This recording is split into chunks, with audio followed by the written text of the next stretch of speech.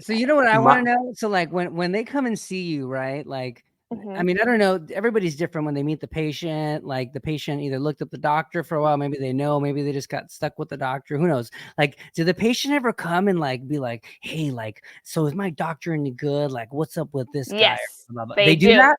They do that. Let's say you have someone who has hip OA or shoulder OA, and Osteoarthritis. You got yeah, osteoarthritis, and we're doing rehab, and their X-rays come back, and they're about to get a consult with ortho, and the first thing they'll do is, "Hey, who do you know in ortho that's good? Who's good?" And you're like, "Well, this doctor. These are all the specialists." Damn. So PT can like totally like hate on you and like your best referrings often are your therapists. Really. I mean, I'm a few years ahead of you, Cuff Daddy. I mean, I'm 17 years out. I think you're what, like 12 or 10 or 10. 10. But yeah, it's if you start doing a good job, and every time the therapist is like, "Oh yeah, you're a Acevedo patient. Yeah, you're gonna do great." Yeah. And all of a sudden, so they'll see a patient and they'll be like, "Oh, the patient's not doing so great." Be like, you know what you should do? You should go see Danny. And it's like it's kind of like the unwritten rule they're not supposed to do, but they also want to see the patient do well. So they'll be like, maybe you should go see this other guy. But some, you know, some patients have like, so what about the patients that just have, and this goes for every surgeon, right? We take on some hard ass cases that we're doing crazy reconstructions or whatever. And we know that the patient's probably going to be like at best a B, right? No matter who did it. I mean, it doesn't matter who did it. Like they're just going to be a B just because of the diagnosis or their revision surgery or whatever. Like, how do you deal with that, Jess? Like they're coming in and let's say they got the Cuff Daddy special, but they're a revision on a revision on a revision on a revision. And they're just like, you know, they're like, I'm like, you had the best doctor. So if this is all you got, this is all we we need got. more cheerleaders. We need more cheerleaders like Yeah, Jess. and All that's you what I do PTs. say. I do say that, you know, like there's people who have just had a patient the other day.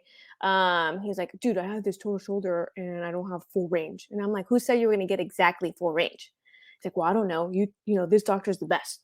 And I'm like, yeah, he's the best, and that's all we got. Like, it's okay. You're not gonna, you know, have 180 degrees on a reverse total shoulder, you know. Yeah. So those Some of expectations, them but do. I do think some of them do. Some of them do. And it's also the same thing that you said. It's like it depends how they go in pre-op. Like how stiff were they? How weak were they? You know, if they're doing, you know, triflingly bad, you know, the outcomes maybe are not going to be as stellar.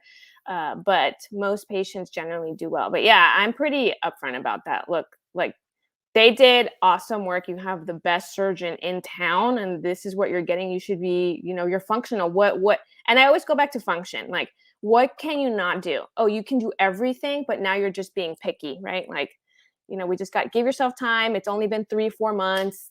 Give it a year. We still haven't even gotten through 6 months. So a lot of patients do have very unrealistic expectations. So a lot of what I do is like try to calm them down and, you know, try to put out little fires that are starting to burn up. And I'm like, this is unnecessary. Yeah, just relax. Just relax. Do not fan the flame. But no, I think the key is more. I think that falls on us as surgeons. I think you have to have a really good conversation with your patient and tell them what their expectations are. And so, like, if I have a patient that's coming in for a reverse total shoulder, and you know, for everybody listening out there, so you have a big rotator cuff tear, you have a ton of arthritis.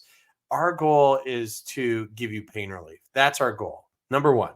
Now, I know Danny and I are very picky, so we want motion, function, strength on top of that. We're not just settling for just pain relief.